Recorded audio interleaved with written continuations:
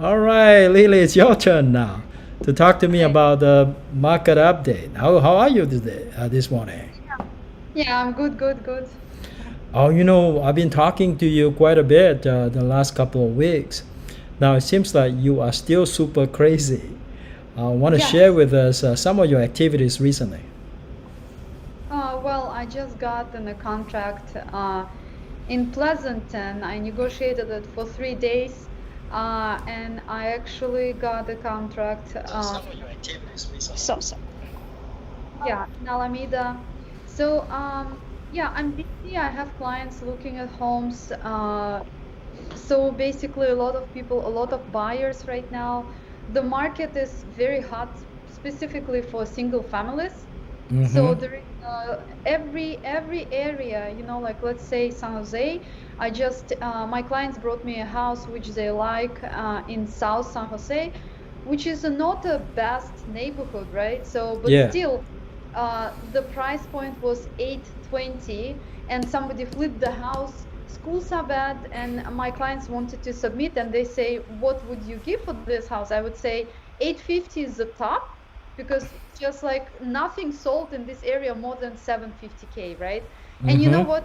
When I find out they got like 10 offers, five offers been above our offer, and five they've been like without contingencies at all. So, and it is really hard for single families. Specifically, if the house looks a little bit better, remodeled, people will submit. People will submit without knowing the area, neighborhood, schools. They don't care. They just submit for a beautiful home. That's Why do you think they're behaving that way?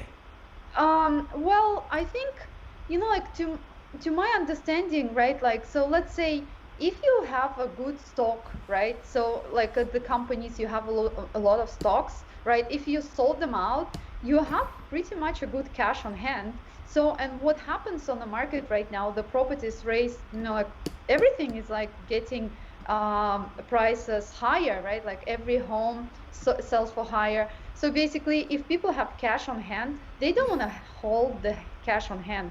I mean, I wouldn't. Nobody would do it. So basically, we don't know what's going to happen next with elections and so on. Rent is not really going down, right? And the people see potential in, specifically in single families. They want to have a backyard. They want to have like like their kids running around in the backyard instead of staying in apartments. They use a low rate. Interest rate is very low. So basically, if they lock down at this interest rate and they use their cash, right, for down payment, they pretty secure in the long run because we don't know what's going to happen with interest rate later on, like if it's going to grow and you potentially had the cash on account. I mean, that, some people just come to these decisions.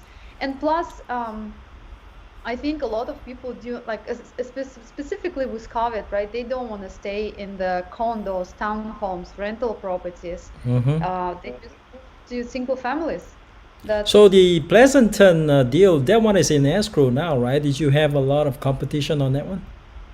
that was a specifically no, because what happened with this one, there was a one unit, similar unit, it was a little bit remodeling. They priced it at 758, but they had three offers for this one. And then the other one is similar one, but with less remodeling, right? And they priced it at 799, and Mm-hmm. nobody had offers for this one, of course, because the condition is different. So, Yeah. uh, just submitted at the lower price, but then I started negotiating, like getting estimates for remodeling, estimates for, and so I just first the seller dropped the price for us 20K, and then I made him drop the price 5K more. So basically, we got it at the lower rate, but my clients are willing to remodel a little bit. But this one didn't have offers, only us. So, because the seller priced it too high, his expectations for this property were too high. And when Ah. the agent said, "Hey, the property value is 800," and I say, "No, it's not. He's not Let going me to ask get you eight. this. How many properties do you have in pending escrow now, including the one in Pleasanton? One, two, three or four. I don't remember actually. All right, now over the last 6 months, what was your average number of transactions in pending escrow on a given day? On the given in a month, maybe two. or maybe one. I don't know. I have to see. I have like total. It's hard to say. I need to see my All right. Now maybe. you set a goal of 26 deals this year. How far Yeah. are you away from the goal? I'm pretty far, but I think if like I will push, I can do it. But it's very hard with a competitive market, right? I had Yeah. like two or three clients we constantly submit and we constantly lose. It's like it just some areas, let's say in San Jose or any other cities, they just don't make sense bidding for them, right? The people, Mm-hmm. like some of my clients, they bid for beautiful homes, but like I would say, no, go for better location without remodeling, right? And Yeah. some people come to this understanding later on, and I just like it's better to bid for better location without a remodeling. Yeah. In a long, you're gonna come in a better, Absolutely. Yes. Yes. so, and we keep losing because majority of people, like let's say if the house is remodeled, there are going to be multiple offers and, they can bid up to 200K above. Yeah. So just for the looks, Let me ask you this: in terms of the days on the market and the inventory, what changes occurred, or pretty much the same as last month? well, I have to see. I think I sent you my graphs. Oh Let's yeah, say, let's look at the chart. Let's look at the chart a little bit, so we can all look at some information here. So, tell us a little bit about the chart. well, if you look at my chart, the median list, let's say like in San Jose, in Santa Clara, right? Like Santa Clara like raised prices a little bit, but San Jose prices stay the same, right? But people still bid. Let's say like if they put a median list price on the market, they don't price them as in January for like to put it on the market, but they Mm-hmm. still like keep it at the same price. So, and people who like to bid, they of course they bid specifically on a nicer looking homes, right? So, on inventory in San Jose, we see inventory like flat since what? We see it since since April, right? We don't see much change, but yes, homes come up on a sale, but I mean like on the market, but this, like it's still not a big change in a graph, right? Like it doesn't grow, like it's still low, like since April. Santa Clara, it's flat basically since April. So for days on the market, let's say if compare San Jose and Santa Clara, uh, they are staying like in basically like in July, right? We still have. So what happened with the market, because people been people didn't know what's going to happen at the beginning of the COVID. They hold on. People who wanted to sell, they hold off their homes in, like, and so basically the market, I think, changed. It moved a little bit. Right now we see still like summer activity, right? Because the Mm-hmm. whole market shifted. Uh, so, and then if you look in the graph, let's say specifically, I always ask my clients who look in San Francisco, pay attention at San Francisco, specifically at condos, right? Right now, the median list price drops I mean, like drastically, like since April, For and condominium? on the condominiums, it drops. Like on the single families, it's still bidding. It's still a lot of like bidding.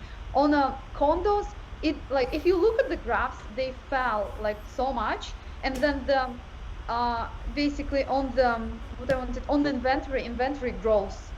Like basically, let's say a couple days ago, I looked at the like I've been just on past Sunday in San Francisco with a client looking at condos, right? Like, and each of them they would drop like 50K. Like another one, I don't know, they bought it in 2015 at 975. They priced it right now at 800. Oh So my people, God, that's a yeah, I big know. reduction. I know everything in condo wise, everything, and like I'm asking why are they selling, right? Why they and they say they're just moving to East Bay, they moving to single families, majority just moving out to homes, right? They buy a cheaper well, they buy homes in a rural area, right? Mm-hmm. On another hand too, like you would see a lot of movement of people who they work remotely, right? And let's say they used to live in Sunnyvale or higher end areas or Mountain View, where price point is 1.5 for a house, right? So Mm-hmm. right now, people calling me and they want to move to Danville, San Ramon, Pleasanton, because there they can buy a house for 1 mil, 1.2, but which is going to be a beautiful house, right? Yeah. So people just moving more to rural areas. Sacramento, for example, is growing like a lot. Like in the Mm. prices, inventory stays low, but everyone who works remotely, they concentrate on Sacramento area as well because Yeah, they can yeah. afford to buy it for cash. Yeah, in Elk Grove, you get a $600,000 mention in Elk Grove. Okay, so Yeah. big difference. Yeah, of course. And also certain area, don't forget like Mountain House. Mountain House is a new community. There are quite a number of tech people that actually want to buy in Mountain House. So like Tracy, all these areas.